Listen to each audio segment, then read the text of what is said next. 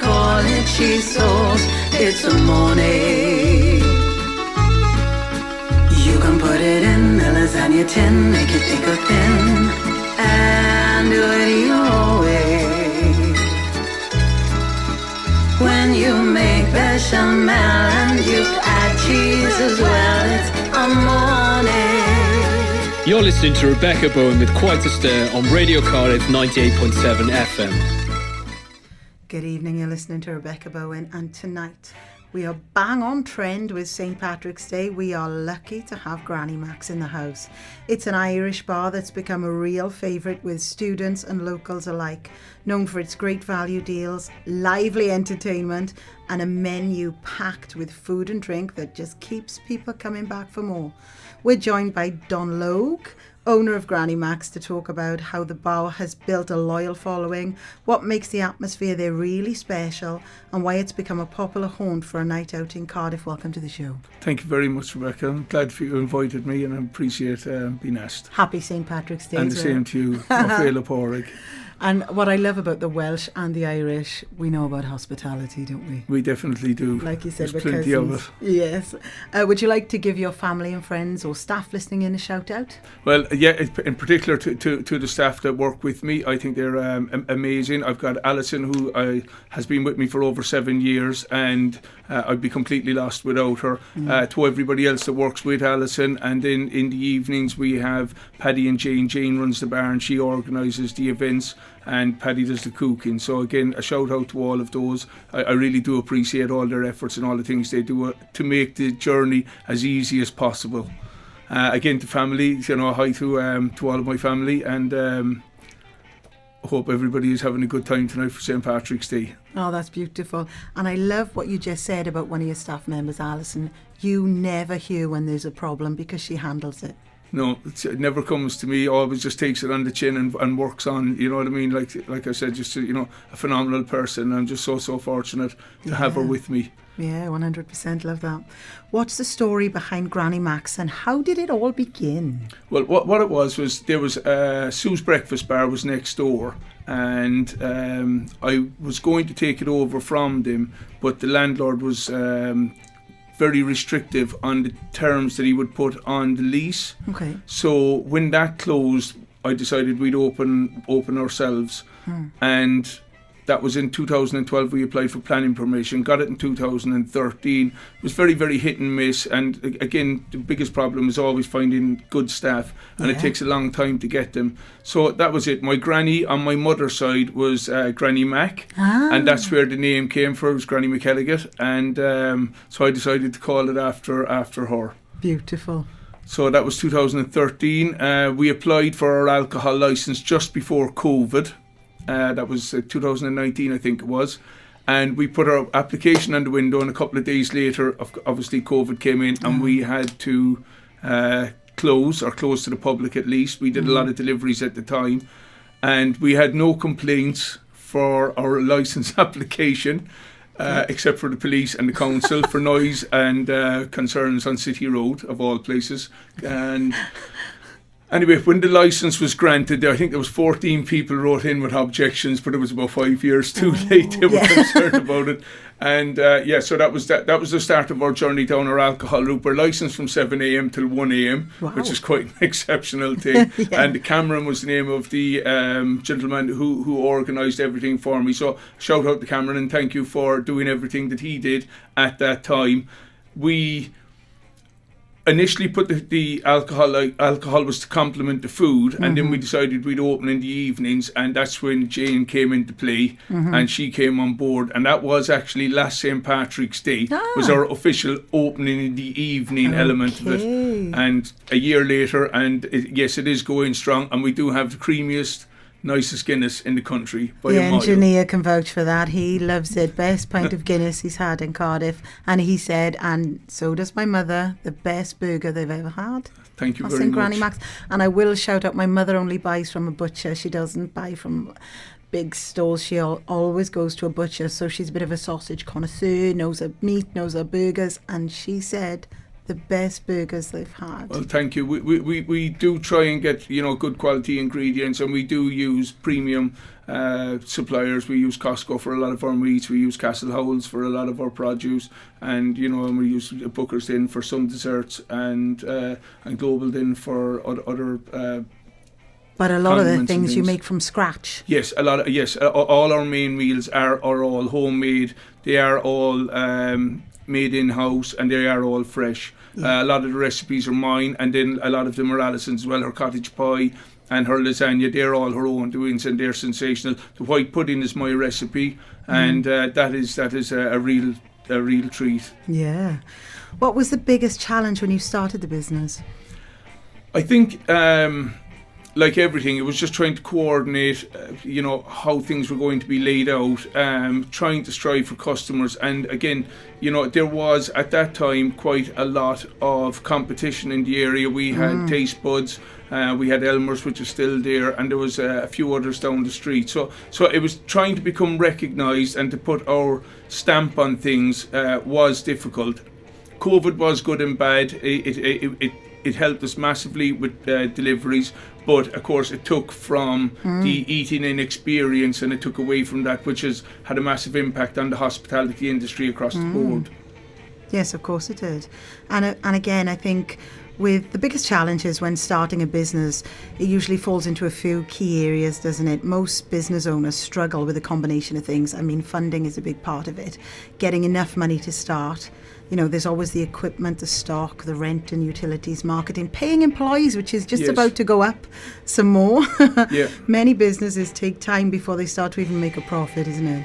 A business only works if people actually buy your product and service, but your Sunday roasts made from scratch, your dauphinoise, potatoes, the elements you put in that dish, and it's $9.95 with a free glass of wine. That's right, 175 for a glass of wine. People think we're bonkers, but look, it gets people in. And it gets people coming back. So, you know what I mean? I suppose we're fortunate that we own the building, and so we don't have rent or anything to pay, you know what I mean? Which is, the two biggest expenses is obviously, rent, wages and energy costs. So at least we've one of those that we don't have to factor in. So that is a huge help. Speaking of marketing and convincing people to choose you over competitors, as you said, there were other people there. That can be difficult as well. And managing money, poor cash flow is one of the main reasons new businesses fail. And obviously, with the competition, have you always been in the hospitality game? No, I haven't.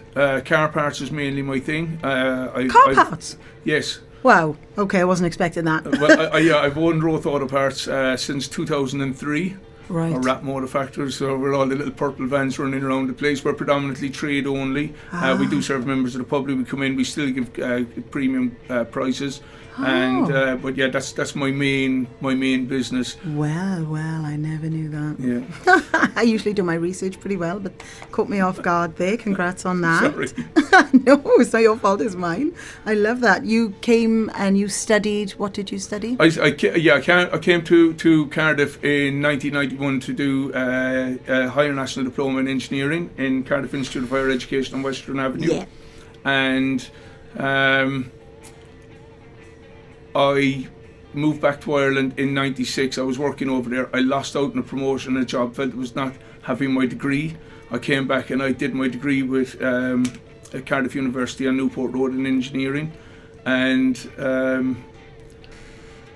I was delivering newspapers at the time to fund my family and things like that. I had 3 children and a mortgage to pay. Yeah. And I went into property, and then I went into car parts, like I said. So it's impressive. Well done. Yes, it was kind of grafter. A vicious circle to where we are today. What dish on the menu best represents Granny Mac's? Go on. What would you say? Well, our white pudding is obviously what gives us a full Irish, which makes us a bit different from everybody else. And that's made from scratch, your recipe? Yes, that's correct. That is made in house. A lot of the other foods are are pretty standard. We have a lot of takeaway foods as well that we have from Ireland, like taco fries and our spice bags. We started those up about 6 or 8 months ago, and they're really, really nice. Much nicer than everybody else's, obviously, because we do them. And again, I bring the spices from Ireland, and somebody commented on it before. It's only Chinese 5-spice. It's not Chinese 5-spice. That's what other people use. We bring it in, like I said, from Ireland, as well as we do with the drinks, the potato crisps, and you import directly. Yeah, we bring all of those over, all the sauces, the chef sauces, and everything like that. So I try and bring as much of Ireland to Cardiff as I possibly can for my Welsh friends and family, and for the Irish friends and family and community. Beautiful. You're listening to Rebecca Bowen with Quite a Stir on Radio Cardiff 98.7 FM. Welcome back to the show. Happy St. Patrick's Day. We are joined with owner of Granny Mac's, Don Logue. And you have a cousin the same name who's a big actor in America. That's right, yeah, my cousin Donald Logue. He's been in some big films, and he was in The Love Story recently. He was Ted Kennedy, the uncle of John Kennedy, who was killed in a plane crash. And he's done some very good films and feature films, series. He was in Gotham and Sons of Anarchy and things like that. So yeah, proud of the Irish heritage there. Very proud of my family and I suppose and their achievements. Yes, absolutely. What items do customers travel furthest for? Well, we have a lot of people will come in, particularly for our drinks and our crisps. Oh. And again, like I said, I bring all of those over from Ireland. I go over every 3 to 4 weeks to see my mum and dad. And it's a shopping spree when we get there. And the car is loaded up. We got all Club Orange and Club Rock Shandy and Sidona and all the Tato crisps and everything, and a lot of people do come in for that. What do you miss the most from Ireland?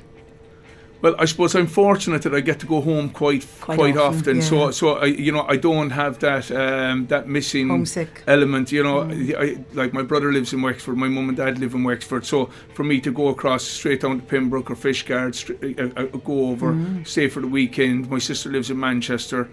She's the one I don't get to see very often, but. Family. I suppose I am lucky. I get to go home quite frequently. So there's not an awful lot, or I don't miss too much about it. Still very close knit. Definitely. I love that. Do you have a personal favourite on the menu? I actually have our bacon roll. Now, Sam has named it the Irish bacon roll because I put potatoes and cheese with it. Oh, nice. And so it is a splash of salt and vinegar on the sliced potatoes. So yeah, that's probably my favourite, you know what I mean? And with something in a hurry, and it's just add something a bit more than just the bacon. Nice. Are any of the recipes based on family traditions? We do fresh soda bread. That would come from my mum. From time to time, I'll do scones. My mum. I suppose I was lucky growing up. My mum did a lot of baking and things like that, and my dad actually did a lot of cooking. Okay. And way back in the 70s or 80s in Ireland, when you didn't have any takeaways and you didn't have any pizza outlets or anything like that, my Dad would bring spices and things back from London when he'd visit my aunts, and he'd make his own curries and he'd make his own pizzas. So I suppose that's where my passion for cooking comes from. Yeah. And then the baking element comes from my mum. So. Oh, lovely. So you have you're very lucky to encompass it all. Yeah. What makes your food different from other Irish places in Cardiff? What makes you the standout Irish bar in Cardiff? I'm not too sure of who else does Irish food in Cardiff. I know that there's a lot of Irish places, there are a lot of Irish pubs and things like that. Like I said, our white pudding, our crisps, even the sauces, chef sauce, brown sauce, red sauce, things like that. I do go the extra mile to try and give that Irish touch to people who want to experience or enjoy it. Like, it's not for everybody, and I think it's just trying to provide those small things that might seem inconsequential, that they do have a difference. They do, yeah. And our Guinness is second to none. So again, I'll repeat that as well. We do take pride on a perfect pint every time. Beautiful. What inspired you to open a bar in an area of Cardiff that has a large number of alcohol-free eateries due to religious reasons? I mean, a bar on City Road, it was... Well, initially, like I said, when we applied for the alcohol licence, it was to complement the food and to try and attract a wider audience. We tried to open in the evenings in the past a few times, and it wasn't successful. And obviously, the way to try it was to put alcohol with it and see if that was going to have an improvement on it. And it certainly has helped. And, the alcohol side of it has taken off an awful lot more than the food side of it. But the food is growing as well. And, we are going to change our menu shortly, and we're going to try and upscale it a little bit more and put nicer or different things on it. Put fish in it and steaks and mixed grills and things. It's something I did want to do for February, but time has just run out. So yeah, it happens. And of course, obviously, being in student territory, that's going to help. Yes, and we have a lot of offers on for our students and things like that. Like we do a quarter pounder meal, which is homemade chips with a quarter pounder. I think it's homemade coleslaw as well, and I think that's $4.95. We've got spice bags for $4.95. Students get 20% off on all food and drinks except any offer. So, for example, a pint of Guinness is $3.88 to a student. It's $4.85 to anybody else, and 20% off of all our main meals. So it takes it from roughly £10 down to £8. That's kind, yeah. So you know what I mean. It does help. It does matter, and you know what I mean. Another thing as well, I like to say is we always do a lot with the homeless, and we always have done. Oh, bless and in particular, we've worked side by side with the Salvation Army, and homelessness is a big issue, and I'm not taking this time to try and say that we do help people, because I'm looking for a pat on the back or anything for it. It was something that was introduced by somebody working with us some years ago, Leanne, and she took it on board and she did vouchers and things like that to help the homeless. And we've always tried to keep that going. We don't push and promote it, like I said, but we do it. And again, all the staff that are working in-house and things like that always, look out and look after anybody that comes in who is unfortunate or destitute or struggling a little bit. God bless you. My cousin does, so I help her every Christmas. We just cook up things and just fan them out to the homeless. Yeah, it's no organisation, but we do that. So God bless you. I love that. What's the most memorable customer moment you've had? This is going to be full of characters. We've been in there. We've been in there when it's busy, even when it's quiet. You find a character in Granny Max. It's never a dull moment. I don't know. That's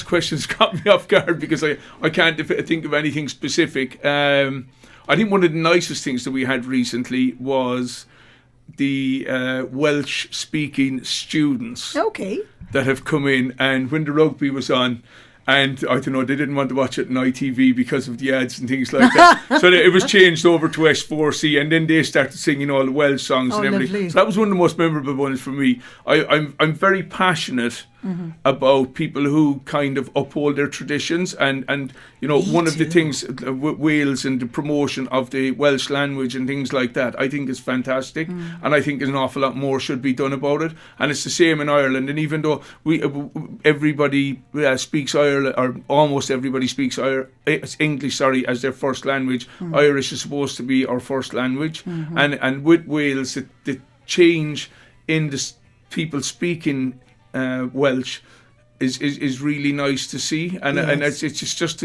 so nice to have a different identity to everybody else. I think a lot more could be done with road signs from a Welsh point of view, and that's probably one of the areas that could help to promote the Welsh culture and the Welsh language. Again, like you said earlier, Wales and Ireland are very similar, and the people are very similar. They're very passionate, very, very friendly. Until it comes to the rugby. What goes on when they play the rugby at your place? I don't think it really matters that much. Yeah, for about maybe 18 minutes we might have an issue, but after that it's all forgotten, irrespective of who wins.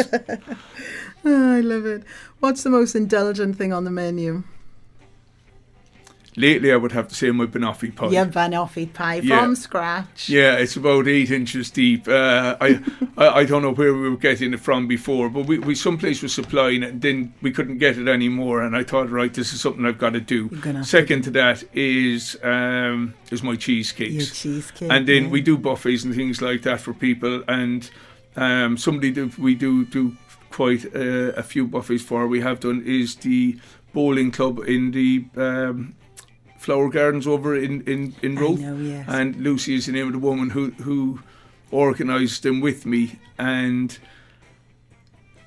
she always says to me, she said, like, you know what I mean, the first things to go is the potato salad and the cheesecake. She said, they love because that. people who know and it's just gone. Yeah, so tasty. And whether you're young or whether you're old, you gotta come down and let Radio Cardiff rock your soul on 98.7 FM.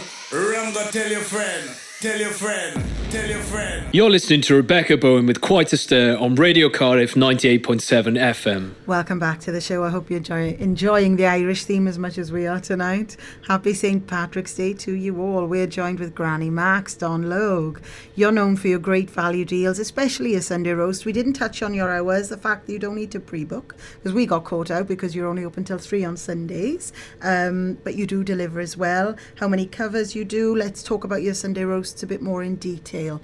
Well, we try and change our roasts every week, and we try and do the main meats, lamb, beef, pork and chicken, and we change our veg, and we do different things with it, you know.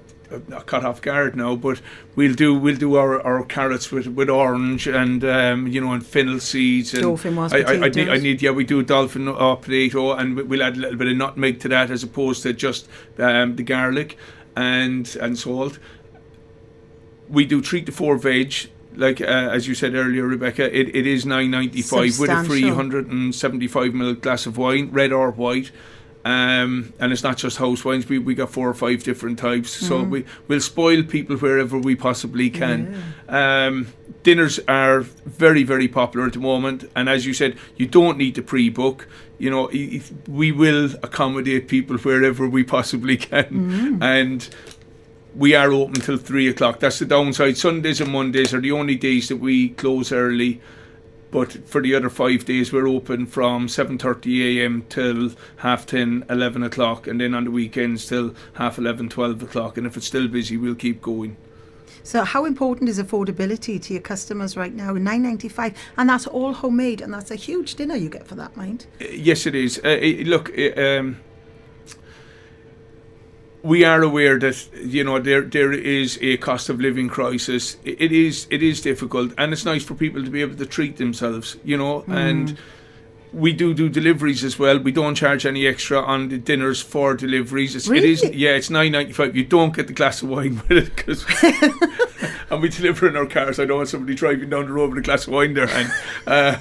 But yeah, we do the dinners. They're our delivery. We deliver on Deliveroo, Just Eat, Uber Eats, and everything like that. They are $9.95. They'll charge you fees on top. But if you want to phone the cafe up, you know, we will deliver it for $9.95, and we deliver all to all areas of Cardiff. Now, one of the difficult things is when it's extremely busy, traffic. And that can cause mayhems, but you know, we travel as far as St. Mellons, Ely, Fairwater, Whitchurch. Yeah, we do get about from your cafe. From the cafe, yeah. Unbelievable. And you don't charge any extra for that? No, we don't. I can't get over that. What is your cut-off timing to ring in for your Sunday roast? It would probably be 2:30 by the time it's cooked and prepped and everything like that. So we would have our last deliveries would be going out at about 3 o'clock. You know. So for last. You know, we close properly and everybody goes home for 4 o'clock.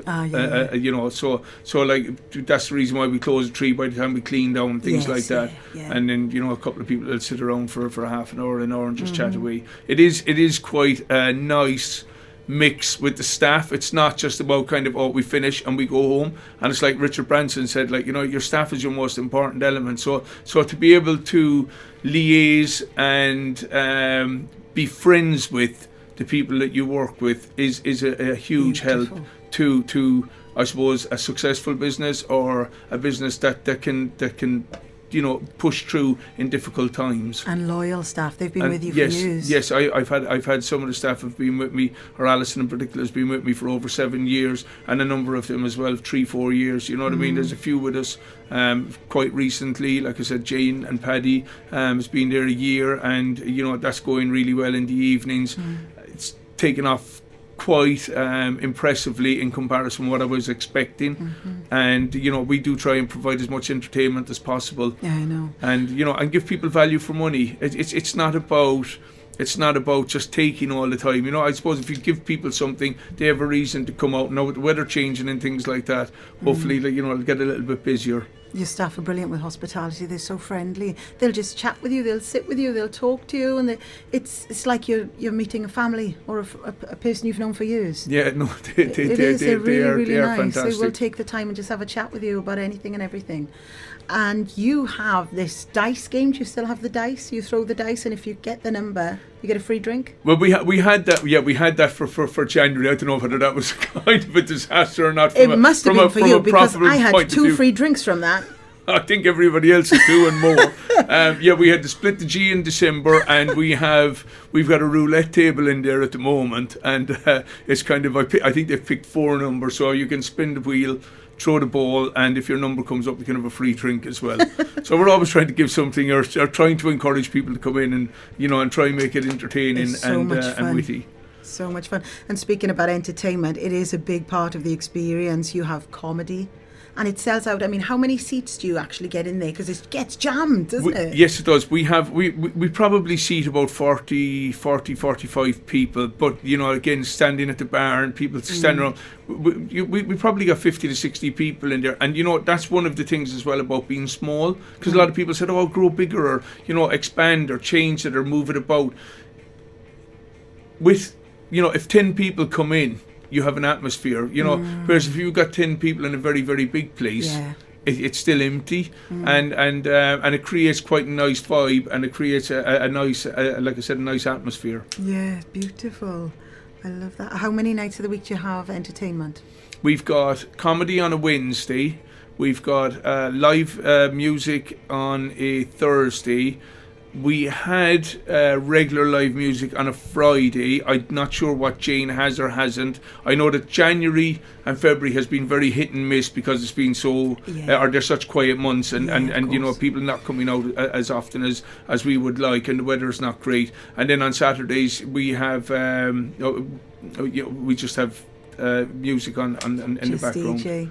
Yeah, lovely. We first came there because you had 4-act Riot there. Oh, okay. Yeah, acoustic band live from Cardiff. We love them, so that's how we first come there and fell in love with the place. And we're hoping to introduce a quiz night sometime soon. My friend Tim said he's going to run it for us, so we'll wait and see. Quiz as well. Whether that What's is, the prizes for your quiz? I don't know. We'll make it entertaining, your I'm sure. Guinness.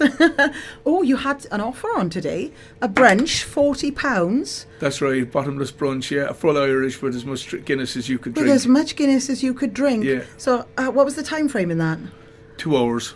So it was a 2-hour slot. Yeah. As much Guinness as you can drink. Yeah. Food. And that was from 7 a.m. Yeah, that was right. Yeah.